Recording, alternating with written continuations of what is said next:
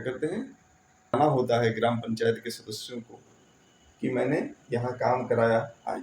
अगर कुछ उसमें कमी रह गई है तो वो भी बताना होता है। किसको? ग्राम पंचायत के सदस्य, मतलब जनता को जो वोट देने का अधिकार जिसको मिला हुआ है। तो ये है जो है ना ग्राम के लेवल का जो है, यानी लोकल गवर्नमेंट जिसे कहते हैं हम, स्थानीय सरकार जिसे कहते हैं, वो उसके बारे में हम लोग लगभग कंप्लीट कर चुके हैं। तो मोटा मोटी कहने का मतलब है कि जनता जो है डायरेक्ट जो है सरकार में पार्टिसिपेट करती है। कोई योजना अगर केंद्र सरकार या राज्य सरकार अगर पूरे देश के लिए अगर ला रहा है, देश मतलब देश कहने का मतलब है कि जैसे कोई केंद्रीय ऐसी योजनाएं हैं, जैसे घर का आवंटन के लिए जो गरीबी रेखा में आते हैं उनको लिए घर बनाने की व्यवस्था है सरकार ने किया, तो वह नगरीय व्यवस्था और ग्रामीण व्यवस्था दोनों जगह तो लागू होगा।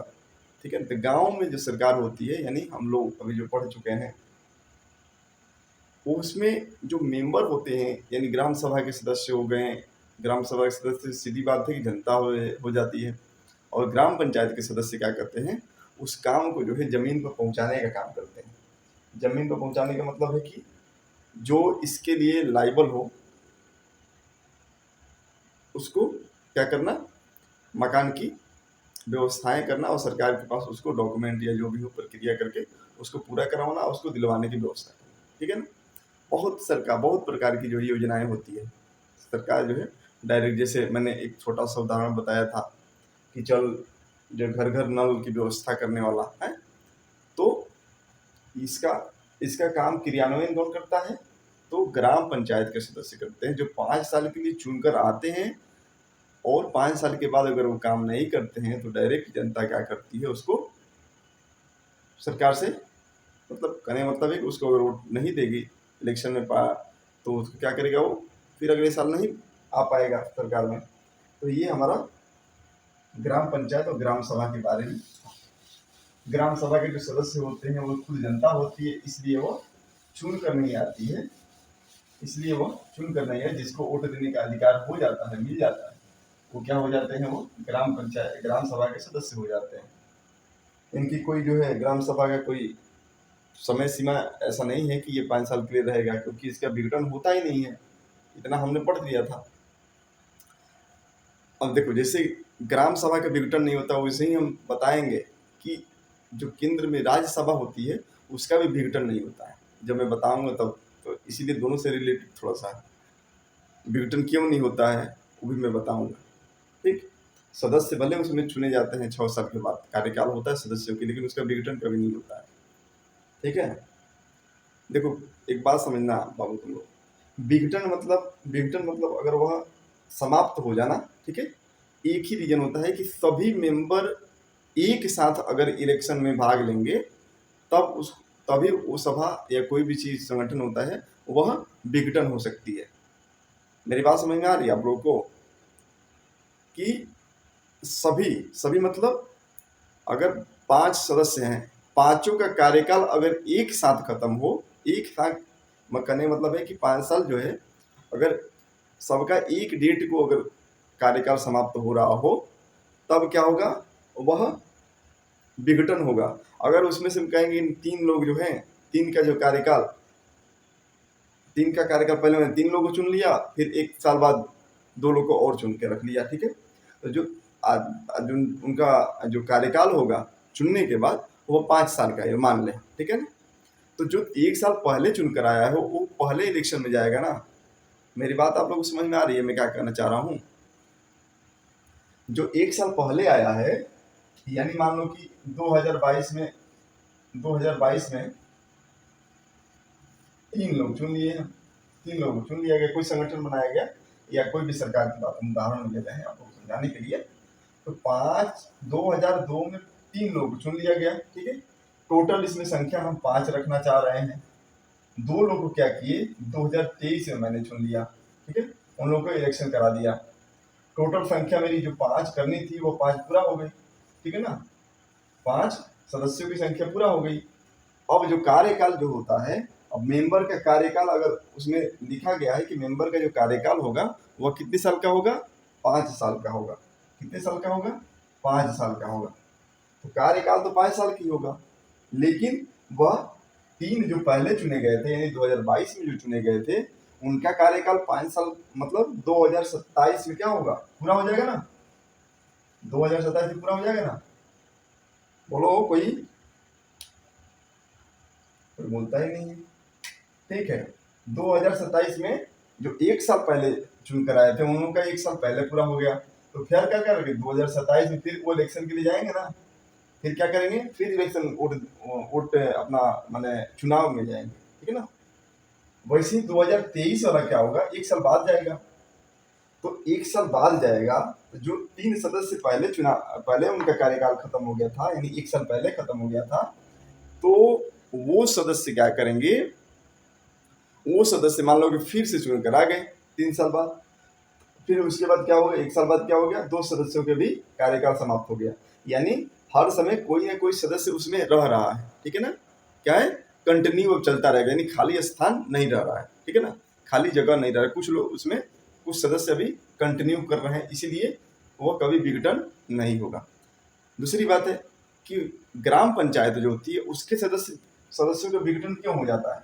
उसके सदस्यों का विघटन इसलिए हो जाता है कि जो मान लो कि अगर उसमें 5 सदस्य चुनना है तो 5 सदस्य का जो है एक ही डेट के लिए, मान लो कि दिसंबर में चुनाव हुआ। ठीक है ना, दिसंबर में चुनाव हुआ तो दिसंबर में सबका अगले 5 साल के बाद जब उनका कार्यकाल खत्म हुआ तो उस दिसंबर महीना में ही समाप्त होगा सबका कार्यकाल। कब समाप्त होगा, दिसंबर महीना में ही। मान लो कि 2022 में चुना गया 5 लोगों को ग्राम पंचायत के सदस्य के रूप में, तो दिसंबर में चुना गया तो 2027 के दिसंबर में ही क्या होगा, उनका कार्यकाल क्या होगा, खत्म, समाप्त होगा। ठीक है ना। तो कार्यकाल जब उनका समाप्त होगा तो वो क्या है, उसी 1 महीना के अंदर में क्या होगा, इलेक्शन करा दिया जाएगा कार्यकाल के अंदर। ठीक है ना। फिर क्या है, नए इलेक्ट होकर के फिर आएंगे या तो फिर वो री इलेक्ट होकर आएंगे वो, ये बात अलग होगी। लेकिन इसमें सभी सदस्य जो है क्या हो रहे हैं, फिर से चुनाव में जा रहे हैं ना। तब क्या होता है कि ये कहते हैं कि इसका जो है विघटन हो जाता है। अब आप लोग इतना बात समझ में आ गई कि नहीं, विघटन का मतलब क्या होता है, सबको समझ में आया कि नहीं, विघटन मतलब क्या होता है, जल्दी बताओ। जो जिसका गठन ही नहीं होता है, कभी गठन मतलब समाप्त नहीं होता, गठन होने की सवाल नहीं उठ रहा है। हमारा ग्राम सभा के जो सदस्य कभी उनका कार्यकाल कोई रखा ही नहीं गया कि 5 साल के लिए है कि 6 साल के, जिसका जो वोट देने का अधिकार जिसको मिल गया है, राइट मिल गया है वोट देने का, वो क्या हो जाते हैं, उसके मेंबर हो जाते हैं। तो मेंबर हो जाते हैं तो कभी विघटन होने का सवाल ही नहीं उठ रहा है यहाँ पर। ठीक है ना। ऐसे ही ये तो ग्राम लेवल का दिया है ना, लोकल गवर्नमेंट की बात कर रहा है ना।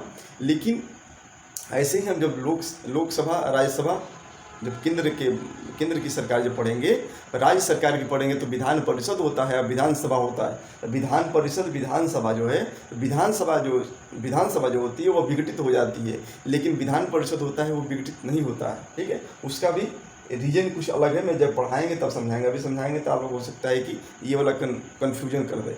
राज्यसभा भी वैसे होता है कि राज्यसभा का जो है ना विघटन कभी नहीं होता है। ठीक है, और लोकसभा का विघटन हो जाता है। जैसे मैं उदाहरण दिया था ना कि 2022 में मान लो कि 3 सदस्य को चुन लिए और 2023 में 2 लोग को चुन लिए, टोटल हमको 5 लोग को चुनना था। तो 5 2 3 और 2 5 हो गए, यानी 5 हो गए तो 3 जो जाएंगे, 3 जो कार्यकाल होगा 3 लोग का, वो क्या होगा, 3 लोगों का कार्यकाल जो 2 लोग चुन कर आए हैं उन लोगों से तो 1 साल पहले होगा, क्योंकि वो 1 साल सीनियर हुए, 1 साल उनका पहले हो जाएगा। यानी 2027 में ही इन लोगों का कार्यकाल खत्म हो जाएगा। फिर वो जाएंगे चुन कर फिर आएंगे, या नहीं आएंगे तो दूसरे कोई आएगा जीत करके, तो फिर 3 सदस्य हमारा पूरा हो जाएगा, तो टोटल 5 संख्या हो जाएगी। तब तक 1 साल बाद जो है फिर 2 लोग का खत्म हो जाएगा, फिर ये लोग जाएंगे इलेक्शन करके, यानी कोई ना तो कोई उस समय रहेगा, वो उसका जो है ना समाप्त कभी नहीं होगा। ठीक है ना, कभी वो खाली नहीं होगा, इसलिए वो गठन बना रहता है। अब इतना अब समझ में आ गया आप लोग को, अब समझ में आ गया आप लोग को, अब क्लियर हो गया ना, अब किसी को कोई दिक्कत नहीं है ना। ठीक है, हम लोग आगे चलते हैं। इससे लेकर के मतलब गांव में, शहर में जो भी सुविधाएं मिल रही है वो गांव में भी मिलने लगेगा, तब मनाया है कि हमारा जो भारत है वह पूरी तरह से सक्षम हो गया है। क्योंकि भारत का जो आत्मा जो बसती है वो मानते क्या, सभी लोग यही मानते थे उसमें के जब सरकार जब देश का बंटवारा जब हो गया था, जब देश हमारा बना स्वतंत्र हुआ, तो हमारा जो गांव में ही भारत की आत्मा बसती है। ये भी आज भी सही है, ठीक है। आज भी माना जाता है कि गांव में देखो गांव में पहले से ज़्यादा विकास हो रहा है, क्योंकि बिजली भी है। धीरे धीरे सरकार ने, मैं बताया था ना कि ब्रॉडबैंड का जो है व्यवस्था कर रही है सरकार, कि सबके घर घर जो है वो इंटरनेट पहुंचाए। शहर में तो मिल जा रहा है, लेकिन गांव में ऐसी व्यवस्थाएं नहीं है। ब्रॉडबैंड मतलब होता है कि जो वाईफाई की जो व्यवस्थाएं हैं, ऐसे तो प्राइवेट भी नहीं पहुंच पा रहा है वहाँ पर, ठीक है। प्राइवेट भी कंपनी नहीं पहुंच पा रही, वाईफाई की व्यवस्था हमारे गांव में नहीं है। मोबाइल में तो कनेक्शन है तो अलग बात है, ठीक है। तो जैसे जल जो नल वाला व्यवस्था में बताया गया, हर घर नल की व्यवस्था करना है, तो इसका भी सरकार ने क्या किया, तो गांव में लोग नल सोचते ही नहीं थे। पहले गांव में नल तो लोग सोचते ही नहीं थे, नल कैसा होता है। शहर में लोग देख कर आते थे बस। हम अपने ही गांव का बता रहा हूँ। तो गांव में सबके गांव की, जो गांव में रह रहा हो वो जानता होगा कि नल की व्यवस्थाएं पहले नहीं थी। अब लोग धीरे धीरे जो है शहर का देख करके अपने यहाँ व्यवस्था लगा रहे हैं, ठीक है। क्योंकि चापाकल हम लोग की तरफ चलता था, गाँव में ज़्यादा चापाकल मिलेगा आपको, ठीक है। कहीं के गाँव में तो कुआँ, चापाकल भी नहीं रहता था पहले, कुआँ की व्यवस्थाएँ थी, वहाँ से पानी लोग अपना यूज करते थे। तो ऐसे जो है हमारा गांव के विकास के लिए बात किया गया था। फिर हम लोग उसके खेत से लगा हुआ ही रघु का खेत है। देखो गांव में जो विवाद होता है, ज़्यादातर छोटी छोटी ज़मीन के लोग विवाद करते हैं, छोटी छोटी ज़मीन के लिए। मैं यहाँ हाईकोर्ट में हूँ, मैं देखता हूँ कि बस मतलब छोटी छोटी बातों के लिए यहाँ हाईकोर्ट तक लोग पहुँच जाते हैं, ठीक है ना। छोटी छोटी बात के लिए, बहुत बड़ी झगड़ा नहीं होती है, लेकिन वो छोटी छोटी बात के लिए ज़मीन विवाद करके वो मतलब यहाँ तक आ जाते हैं कि खून खराबे तक, मतलब हत्या तक हो जाती है। बहुत बड़े बड़े यहाँ पर जो आता है ना, हत्या का ज़्यादा केस आता है खेती के लिए, कि हमारे ज़मीन में ऐसे कर दिया। आगे देखो उसी को हम लोग समझेंगे इसमें, कि बस कितना हम लोग को मतलब बारीकी से पढ़ना होता है। गाँव से ही जुड़ा तो कहानी ज़्यादा लोग नहीं समझ पाते हैं इस चीज़ को। जिस पर वह कई सालों से खेती कर रहा था, उसके खेत में लगा हुआ ही रघु का खेत था। दोनों के खेत एक छोटी सी मेड़ से अलग होती है। देखिए, देखा है कोई मेड़ खेत जो होता है, दो लोग खेतों के बीच में जो है ना एक पतला सा मिट्टी का बना होता है कि हमारा खेत है, ये तुम्हारा खेत है, ठीक है। जो गांव से जुड़ा हो वो जानता होगा। दोनों की छोटी सी मेड़ से अलग होती है। सब लोग लगभग गांव से जुड़े हैं मेरे जहाँ तक उम्मीद है। एक सुबह मोहन ने देखा कि रघु ने मेड़ को थोड़ा आगे बढ़ा लिया था। ऐसे करके उसने मोहन की कुछ जमीन अपने खेत में मिला ली, ठीक। हम लोग कहानी के रूप में थोड़ा सा पढ़ेंगे इसको, ठीक। मिला लिया, अपने खेत का आकार बढ़ा लिया। देखो क्या होता है, जो ऐसा जो विवाद होता है ना, इसी के लिए होता है। लोग क्या करते हैं, हम लोग भी गाँव में रहे ना तो हम लोग देखते रहते थे।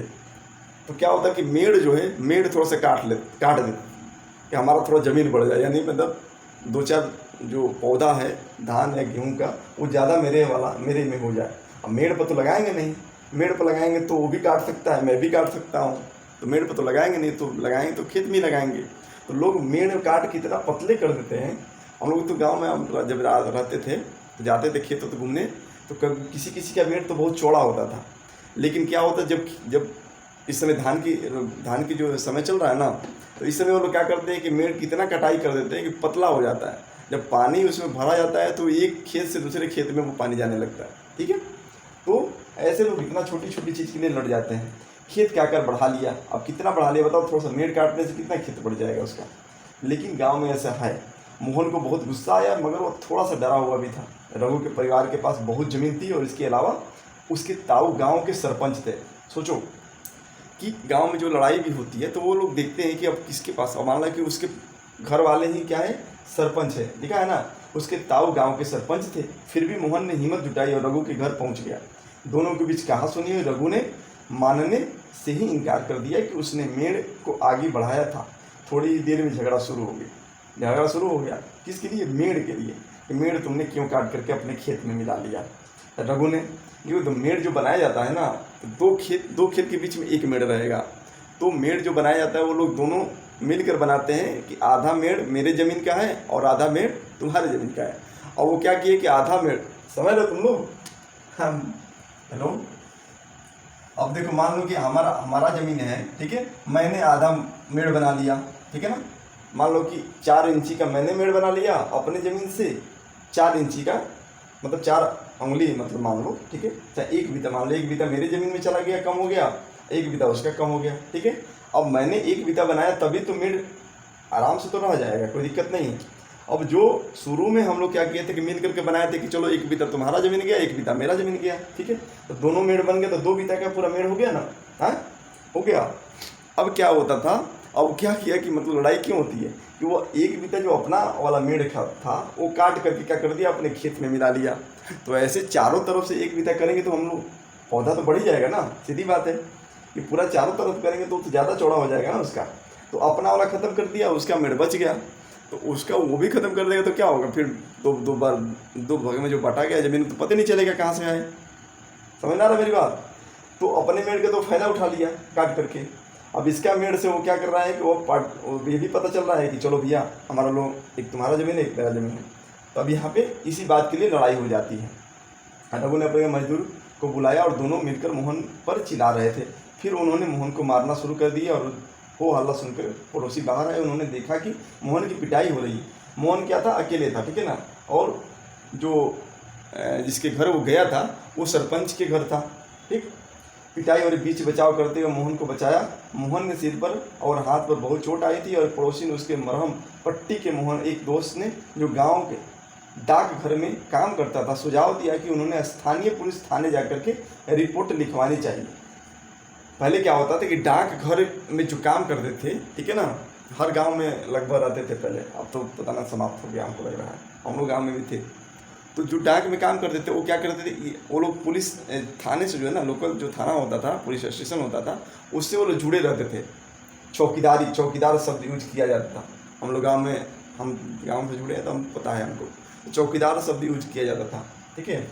तो उन लोग गाँव तरफ ले जाते हैं शहर से, ठीक है। तो गाँव में क्या होता था कि जो पोस्ट ऑफिस से जुड़े होते, पोस्ट ऑफिस में जो काम करते थे, डाकिया जिसे कहा जाता है, तो वो क्या करते थे कि पुलिस थाना से भी वो लोग बहुत बढ़िया उन लोगों का संबंध होता था, क्योंकि पुलिस वाला जो है ना, ये उन लोगों का चौकीदारी के रूप में करने का मतलब कि गांव के बारे में रिपोर्ट देना उन्हीं लोगों का काम होता था। हर गांव में एक चौकीदार होता था। वो चौकीदार क्या करता था कि बताता था किसको, पुलिस वालों को बताता था कि यहाँ हमारे गाँव में जो है लड़ाई हुई है, ऐसे ऐसे बात जो भी हो वो ये देखभाल करता था पूरे गाँव का।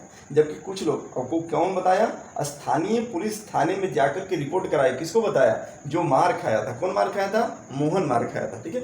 और मोहन को बता दिया कि तुमको ये काम करना चाहिए। जबकि कुछ लोग इसके खिलाफ थे, उनको लग रहा था कि बहुत सारा पैसा इसमें बर्बाद होगा। सीधी बात है, पैसा तो बर्बाद होता ही है, कोर्ट कचहरी बहुत खतरनाक चीज़ है, हो जाएगा और नतीजा कुछ नहीं निकलेगा।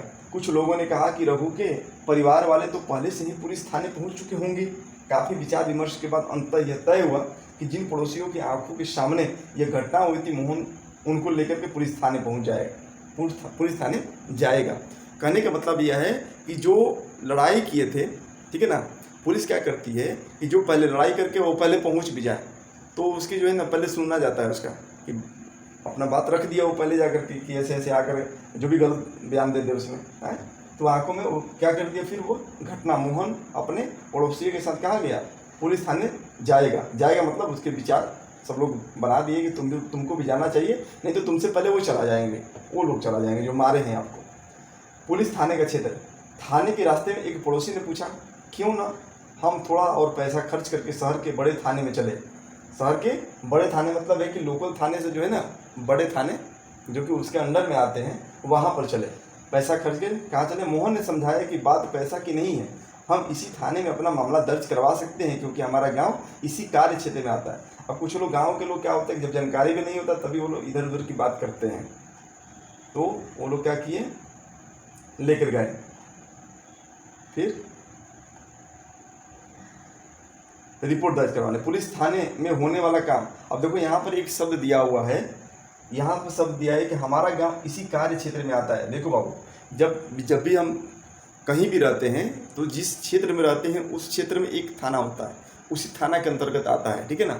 तो उसी थाना के अंतर्गत आता है, तो हम कहीं अगर मान लो कुछ हुआ, मार झगड़ा हुआ, तो हम रिपोर्ट कहाँ लिखवाएंगे, उसी लोकल थाने में लिखवाएंगे, ठीक है ना। कहाँ लिखवाएंगे, उसी लोकल थाने में। इसीलिए यहाँ पर लिखा हुआ है, देखो कहानी में हमको ज्ञान इसलिए दिया जा रहा है कहानी के थ्रू कि मोहन ने समझाया बात पैसे की नहीं है, हम इसी।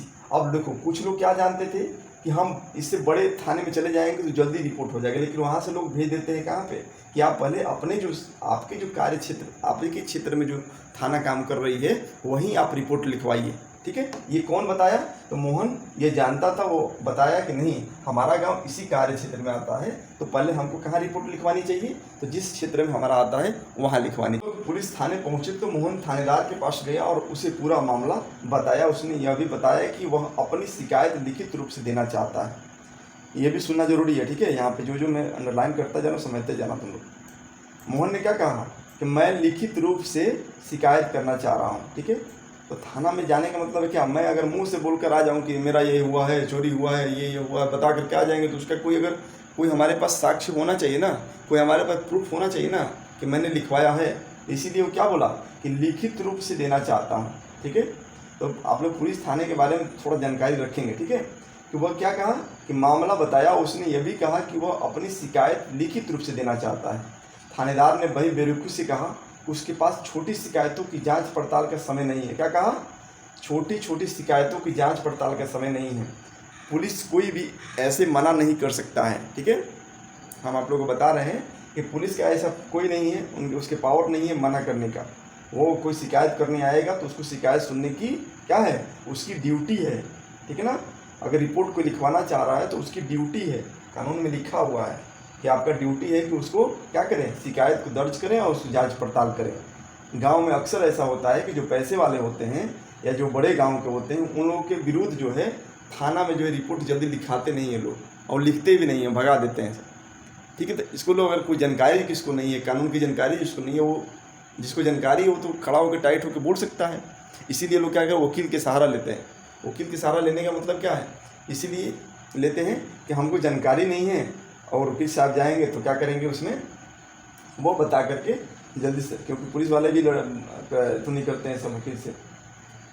कल दरोगा पिटा गया हाई कोर्ट में, जिसको पकड़ने गलती से पकड़ के ले जा रहे थे सब, उसको कल पीट दिए सब सभी वकील, जिसमें मैं भी शामिल था। मैं मारा नहीं था। शिकायतों की जांच पड़ताल का समय नहीं हुआ। मोहन ने अपने घाव भी दिखाया। किसको दिखाया? थानेदार को दिखाया।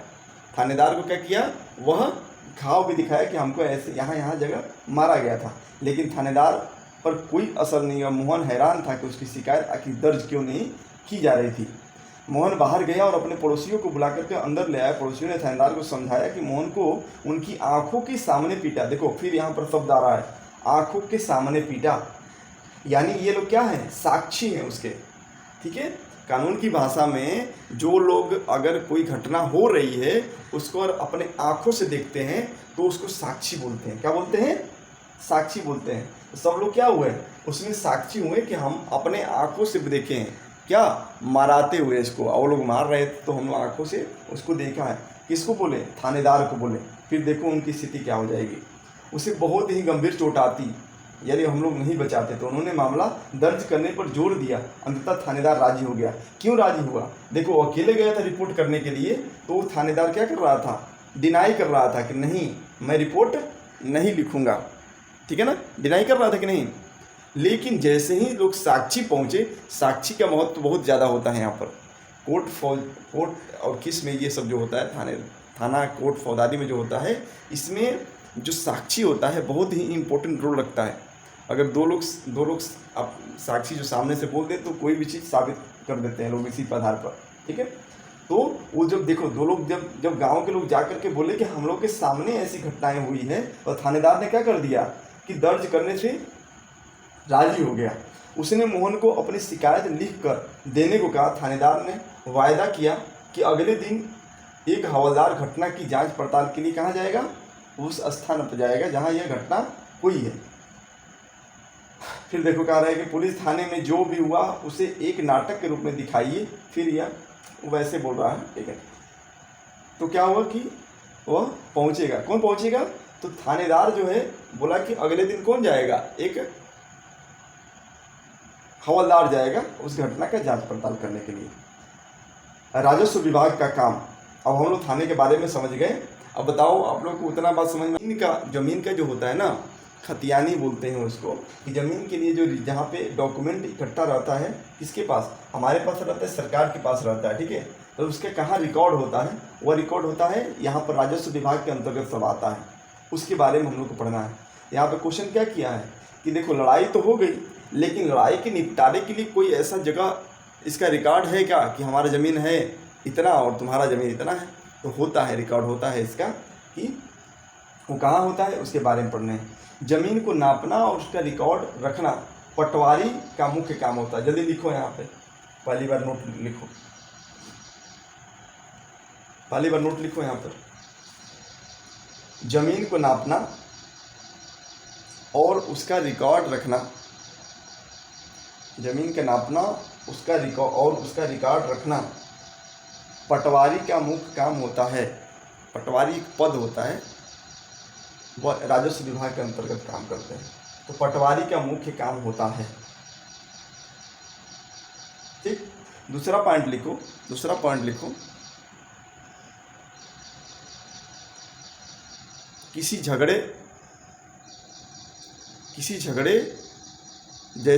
झगड़े या चोरी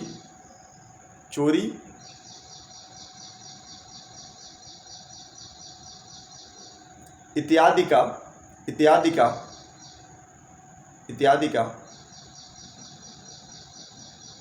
रिपोर्ट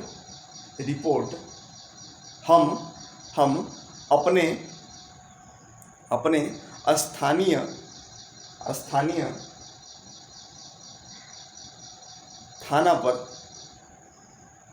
स्थानीय थाना पर या पुलिस चौकी पर लिखवाते हैं।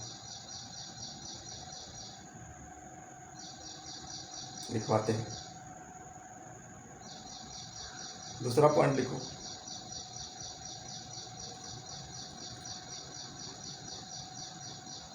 थाने पर रिपोर्ट जो लिखवाते हैं, वह रिपोर्ट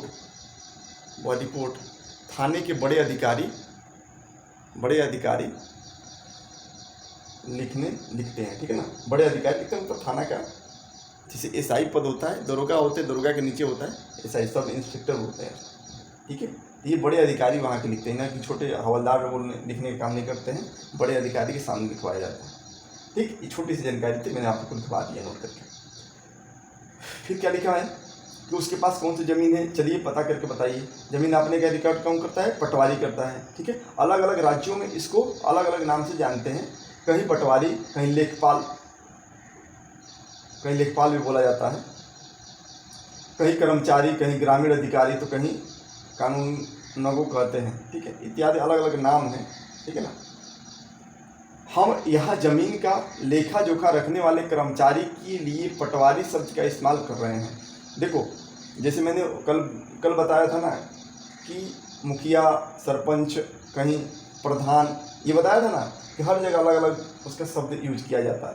यहाँ भी बोल रहा है कि ज़मीन का जो रिकॉर्ड रखता है, कहीं पटवारी बोलते हैं, कहीं लेखपाल बोलते हैं, लेखपाल भी यूज किया जाता है, शहरों में जो होते हैं वो लेखपाल भी यूज किया जाता है, कहीं कर्मचारी होता है, कहीं ग्रामीण अधिकारी के नाम से जाना जाता है। तो अलग अलग नाम होते हैं, नाम से कोई मतलब नहीं है, ज़्यादा शब्द का इस्तेमाल करते हैं, काम सबका एक ही होता है। प्रत्येक पटवारी कुछ गाँव के लिए जिम्मेदार होता है। क्या होता है कि पटवारियों का क्षेत्र बांट दिया जाता है कि आप इस पंचायत को देखेंगे या इतने गाँव को आपकी जिम्मेदारी है, जनसंख्या के हिसाब से उन लोगों को रखा जाता है। ठीक है, तो वो जैसे मान लो कि कोई पटवारी ए है, तो वो पटवारी क्या करेगा कि 10 गांव दे दिया, तो 10 गांव के पूरे ज़मीन का जो है रिकॉर्ड उसके पास रहेगा। क्या रहेगा? 10 ज़मीन दे दिया, 10 गांव दे दिया, तो 10 गांव की पूरी ज़मीन का रिपोर्ट किसके पास रहेगा? उसी के पास रहेगा। ऐसे बांट दिया जाता है पटवारियों को। कुछ गांव के क्या लिए, गांव के लिए जिम्मेदार होता है। अगले पृष्ठ पर दिए गए नक्शे और उसके अनुसार बने खसरे यानी रजिस्टर के विवरण को देखिए और पटवारी द्वारा रखा गया गांव के लोगों को जमीन के रिकॉर्ड का एक हिस्सा। आमतौर पर पटवारियों के पास खेत नापने के लिए अलग अलग तरीके होते हैं। कई जगहों पर वह एक लंबी लोहे की जंजीर का इस्तेमाल करते हैं जिसको जरीब लिखते हैं। लिखो, हमारे बड़े पापा जो जमीन की नपाई करते हैं, अमीन, उनका शब्द अमीन यूज किया जाता है और ये मैं बचपन से देखता हूँ, इसीलिए हमको जानकारी भी है ज़्यादा इसके बारे में। लिख लो, आप लोग लिख लो कि ज़मीन को नापने के लिए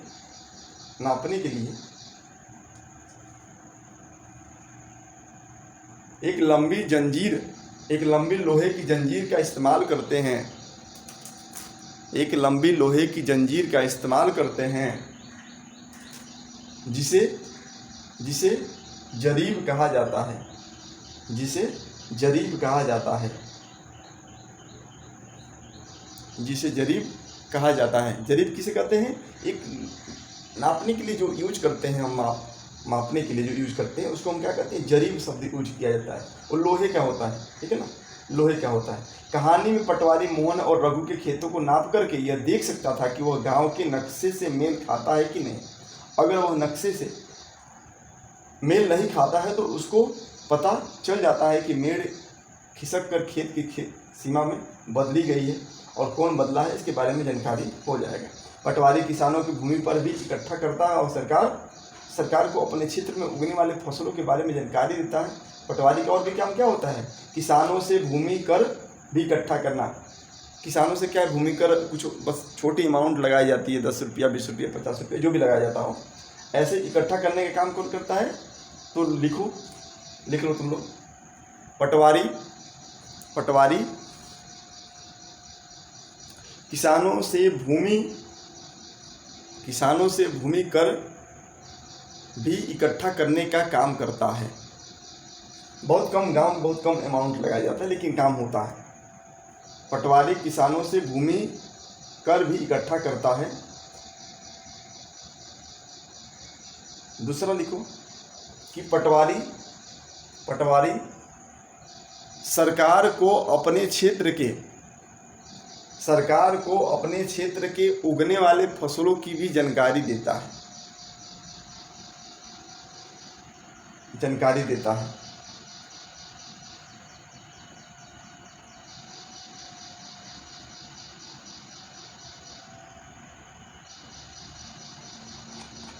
क्या करता है?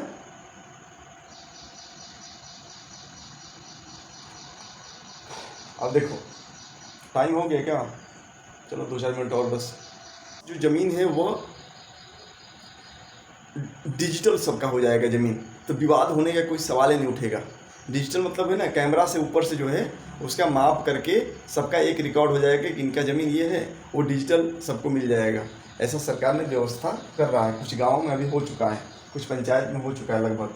अब धीरे धीरे उसकी जो है 1-2 साल में सभी पूरा देश का हो जाएगा रिकॉर्ड। इससे क्या हो कि ज़मीन विवाद इतना मतलब ज़मीन विवाद छोटी लेके के लिए लोग इतना मर्डर तक कर देते हैं, तो उससे क्या होगा कि देश में बर्डन जो होगा केसों का वह कम हो जाएगा। इसके लिए सरकार रिकॉर्ड बना रही है। तो क्या कह रहा है कि शुल्क जो देना पड़ता है किसानों को, इसका नकल पाने का अधिकार होता है। देखो जब मेरा ज़मीन है, ठीक है ना, मैं ज़मीन का कागज़ मेरे पास मान लो कि भूल गया, ठीक है ना, तो उस ज़मीन का कागज़ निकालने के लिए मेरे पास अधिकार होता है। उसका जो भी शुल्क देना होता है उस शुल्क देकर उस ज़मीन का हम क्या करते हैं? नकल निकाल सकते हैं। हालांकि कई बार आपको रिकॉर्ड आसानी से नहीं मिल पाता है। लोगों ने इसको हासिल करने के लिए मुश्किलों का सामना करना पड़ता है। मतलब कागज़ी है और पटवारी जो होते हैं वो बदमाशी करते हैं सब वहाँ लोकल लेवल पे, ठीक है। लेकिन वही हम लोग जाते हैं ना, हम लोग को बहुत आसानी से निकल जाते हैं। कचहरी में मैं काम किया हूँ बनारस में भी, तो क्या होता है किसी भी ज़मीन के कागज़ निकालने में हम लोग बात बहुत जल्दी सुनते हैं वकीलों का। तो मैं कई बार निकलवाया हूँ। तो ऐसे ऐसे नॉर्मल लोग जाएंगे तो जल्दी वो बदमाशी करते हैं सब, लेकिन हम लोग आसानी से निकाल देते हैं, कुछ बदमाशी नहीं करते हैं जल्दी। तो ये एक हो गया अधिकार होता है। हालांकि कई बार इनके रिकॉर्ड आसानी से निकलता है, लोगों को इसका इस्तेमाल हासिल करने के लिए बहुत मुश्किलों का सामना करना पड़ता है। कई राज्यों में सारे रिकॉर्ड कंप्यूटर, देखो लिखा है ना, कई राज्यों में जो है सारे रिकॉर्ड कंप्यूटर में डालकर पंचायत के दफ्तर में रख दिया जाता है ताकि वो आसानी से लोगों को उपलब्ध हो सके। सरकार ने ऐसी व्यवस्था बना रही है कि जो है कोई भी अपना ज़मीन जो है डिजिटल प्राप्त कर सकता है। इन सभी सूचनाओं के अनुसार नियमित रूप से दुरुस्त होते हैं। आपको क्या लगता है किसानों को इसके रिकॉर्ड की जरूरत कब पड़ती होगी? जब विवाद होगा तब पड़ेगी, सीधी बात है। या हम ज़मीन बेचेंगे तब पड़ेगी, तभी पड़ेगी ना। अगर ज़मीन हम बेचना चाहेंगे तब तो हम नाप कर देंगे, या हम जो खरीदेगा वो सोचेगा कि भैया हमको पूरा रिकॉर्ड उसका दो, तभी तो ऐसे विवाद करने का मतलब है, ऐसा कोई जरूरत पड़ेगा नहीं। नीचे दी गई स्थितियों को पढ़िए और अपने मामलों को पहचानिए में ज़मीन के रिकॉर्ड अनिवार्य होते हैं। यह भी बताइए कि वे किस लिए जरूरी है। किसान एक दूसरे की ज़मीन खरीदना चाहता है, देखो लिखा है ना, अभी मैं बता रहा था कि ज़मीन खरीदना चाह रहा है, फसल दूसरे को बेचना चाहता है, फसल बेचता है तभी उसको ज़मीन की माप करके बेचा जाता है, ठीक है ना।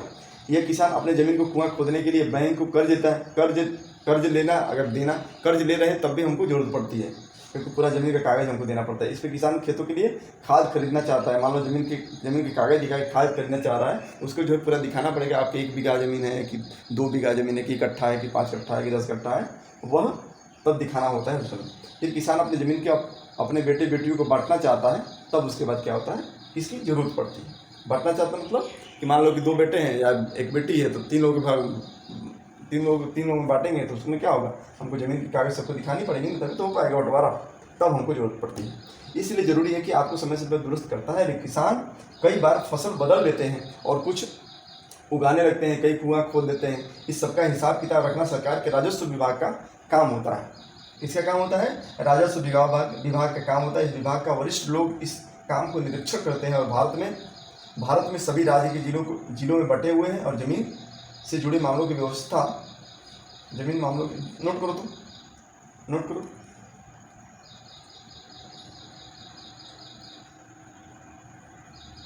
करो। जमीन से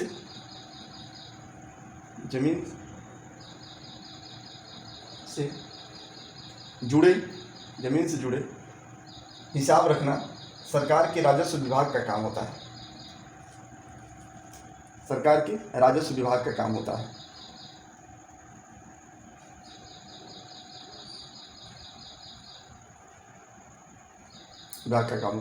फिर भारत में सभी राज्यों में जिलों में बटे हुए जमीनों को जुड़े हुए मामले व्यवस्था के लिए इन जिलों को और छोटे छोटे खंडों में बांट दिया जाता है। जिले के उपखंडों को कई नामों से जाना जाता है। तहसील हो गया, तालुका हो गया, ठीक है, छोटे छोटे खंडों में बांट दिया जाता है। सबके ऊपर जिला अधिकारी होता है और उसके, अब देखो, जिला अधिकारी डीएम जो होते हैं ना, यूपीएससी निकाल कर जो बनते हैं डीएम होते हैं, ठीक है ना। ये क्या करते हैं कि अब मान लो कि जिसको यूपीएससी निकालना है, क्यों, देखो एनसीईआरटी क्यों पढ़ना पड़ता है, चाहे हम बेसिक क्यों पढ़ते हैं, इसीलिए पढ़ना पड़ता है कि अब मान लो कि तुम जिला अधिकारी कोई बना, अब इसके बारे में उसको जानकारी ही नहीं रहेगा, छोटी छोटी चीज़, इसीलिए पढ़ना बहुत जरूरी है। यहाँ से क्वेश्चन इसीलिए पूछ देता है। भारत के सभी राज्य जिलों में बटे हुए हैं, ये सबको पता है ना, लिख लो तुम लोग।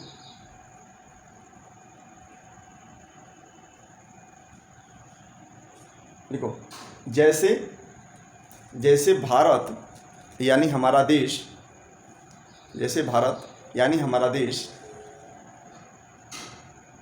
कई राज्यों में बटा है, वैसे ही सभी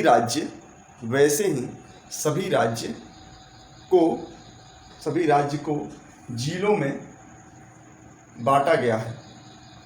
सभी राज्य को जिलों में बांटा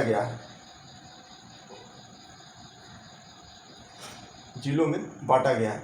दूसरा इसके नीचे पॉइंट लिखेंगे। दूसरा पॉइंट लिखेंगे कि जिलों को छोटे छोटे खंडों में बांट दिया गया है, या छोटे छोटे खंडों में बांट दिया जाता है,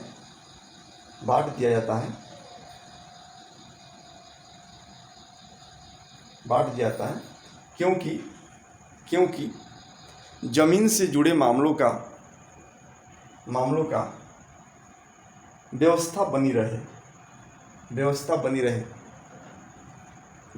रहे। जैसे तहसील, तालुका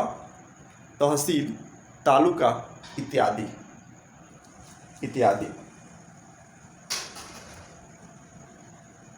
सबसे ऊपर जिलाधिकारी होता है और इसके नीचे तहसीलदार होते हैं। और नोट करके लिखो, जिला में सबसे ऊपर का अधिकारी जिला अधिकारी होता है।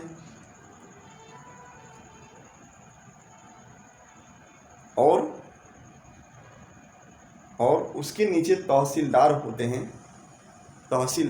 हैं। उसके नीचे का मतलब क्या है कि जिला अधिकारी के मतलब जस्ट नीचे, मतलब उसके तुरंत पद तहसीलदार का नहीं आता है। तहसीलदार शब्द इसलिए यूज कर रहे हैं कि तहसीलदार का काम होता है ये सब देखना, ज़मीन की जितने मामले आते हैं तहसीलदार के अंतर्गत होता है, इसीलिए यह बात कहा है। जिला अधिकारी के बाद और भी पदे हैं जो कि सीरियल नंबर से आते हैं, जैसे एसडीएम होता है तो जिला अधिकारी के नीचे आता है, ठीक है ना, उप जिला अधिकारी उसको बोलते हैं। तहसीलदार हो गया ना। तहसीलदार होते हैं, मामलों का निपटारा होते हैं, उन्हें विभिन्न मामलों का निपटारा होता है। पटवारी के काम का निरीक्षण करते हैं। फिर लिखो अलग कि पटवारी के कामों का निरीक्षण करने का काम, पटवारी के कामों का निरीक्षण करने का काम तहसीलदार का होता है। तहसीलदार क्या होता है तथा तहसीलदार जिला अधिकारी को रिपोर्ट करता है। तथा तहसीलदार जिला अधिकारी को रिपोर्ट करता है।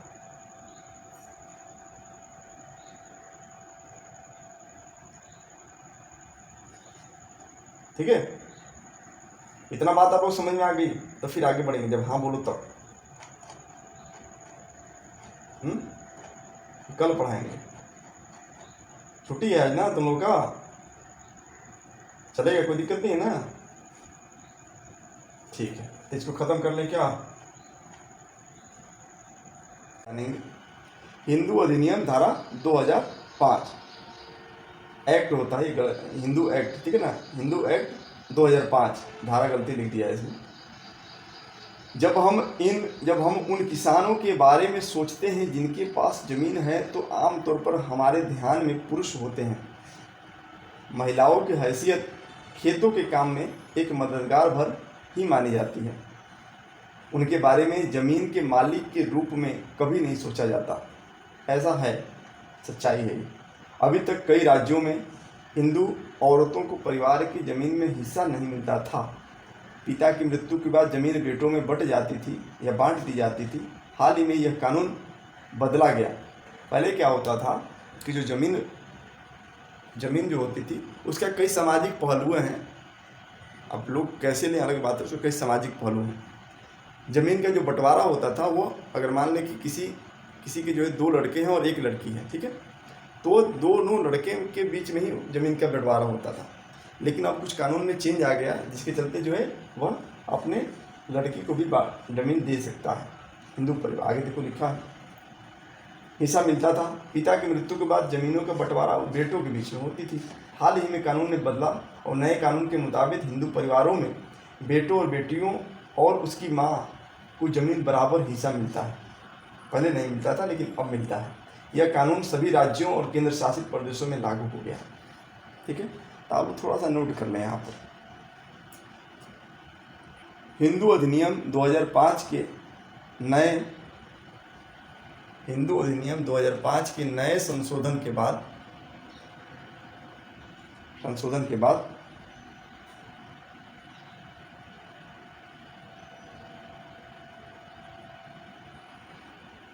जमीन पर हिंदू अधिनियम 2005 के नए संशोधन के बाद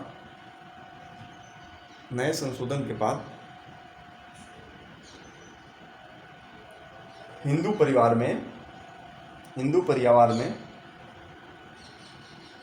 बेटों के साथ बेटियों और उनके माँ के बीच भी जमीन का बराबर हिस्सा मिलता है। क्या होता है कि हिंदू परिवार के अनुसार, हिंदू परिवार शब्द यूज कर रहा है, मुस्लिम यहाँ नहीं लिख रहा है, ठीक है, दूसरे धर्म का शब्द नहीं यूज कर रहा है, सिर्फ हिंदू की बात कर रहा है। ध्यान रखेंगे आप लोग इस शब्द को। क्या हुआ है, हिंदू परिवार के अंतर्गत क्या हो गया कि पुरुष के साथ साथ यानी बेटों के साथ साथ जो है बेटी और उसकी जो माता जी है, महिला जो है उसकी माँ है, उसके बीच में भी बंटवारा। ये कब होता है, जब उसके पिता की मृत्यु हो जाती है, ठीक है ना, हिस्सा मिलता है। यह कानून सभी राज्यों और सभी केंद्र शासित प्रदेशों में लागू है। तो ऐसे लिख ले कि हिंदू अधिनियम 2005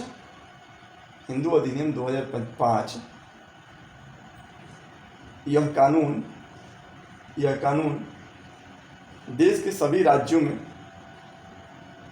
तथा सभी केंद्र शासित प्रदेशों में लागू है। ठीक है,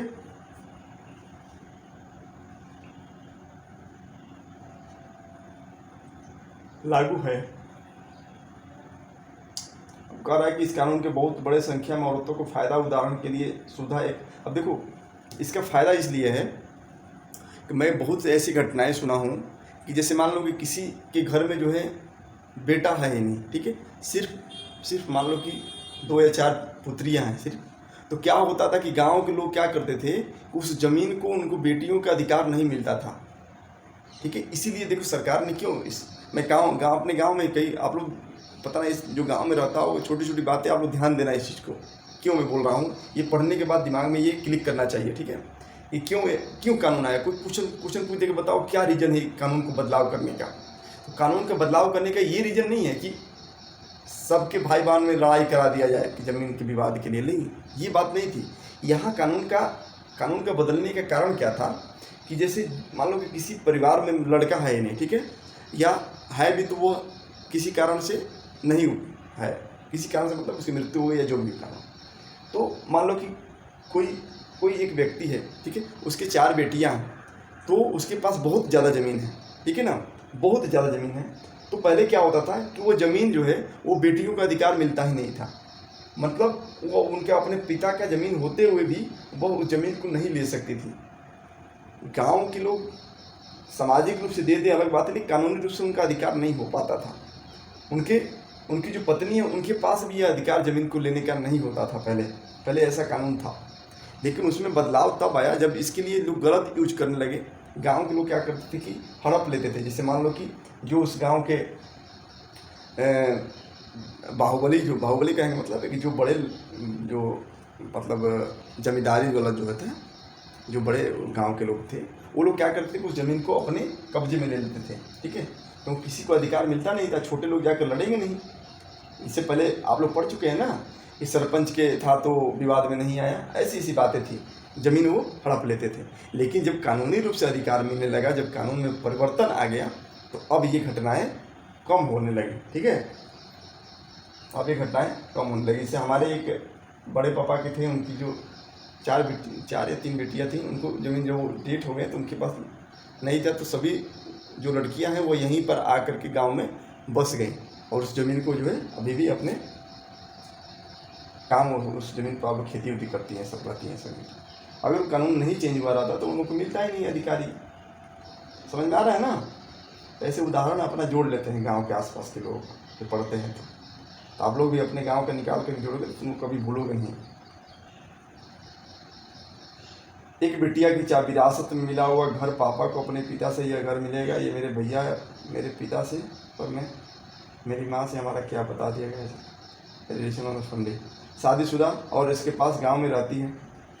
एक महिला के बारे में बात कर रहा है यहाँ पर, देखो उदाहरण दिया है ना। सुधा एक खेतिहर परिवार की सबसे बड़ी बेटी है, वह शादीशुदा है और पास के गांव में रहती है। उसके पिता की मृत्यु हो जाने के सुधा अक्सर खेती के काम के लिए माँ का हाथ बटाने आती है और उसकी माँ ने पटवारी से कहा कि ज़मीन पर अब बेटे के साथ साथ उसके 2 बेटियों का भी नाम रिकॉर्ड में आ जाए। सुधा की माँ बड़े आत्मविश्वास के साथ छोटे बेटे और बेटी के मदद से खेती का काम संभालती है। सुधा भी इसी निश्चिंता में जी रही थी कि जरूरत पड़ने पर वह अपने हिस्से का ज़मीन काम चला सकती है। अब उसके मन में ये था, लेकिन ऐसा कानून पहले नहीं होगा तो नहीं हो पाया, ठीक है ना। आप लोग को समझ में आ गया बात। तो ऐसी घटनाएं हो रही थी। मैं आप लोगों को लगभग कहानी और उदाहरण के साथ आपको समझा दिया। अब देखो अभ्यास में दिया है पुलिस का क्या काम होता है, आप लोग को पढ़ चुके हैं। आप लोग पुलिस का काम क्या होता है, रिपोर्ट लिखना, जांच करना, ठीक है ना। पटवारी में कोई 2 काम बताइए। तहसीलदार का क्या काम होता है, ये सब मैं क्वेश्चन भेज दूंगा, आप लोग अपने मन से करके भेजना। उसके बाद नहीं होगा तो फिर से मैं क्वेश्चन वाइज करा दूंगा, चैप्टर वाइज क्वेश्चन। नगर प्रशासन है, नगर प्रशासन कल हम लोग पढ़ेंगे। नगर प्रशासन एक चैप्टर बचा है, वो हम लोग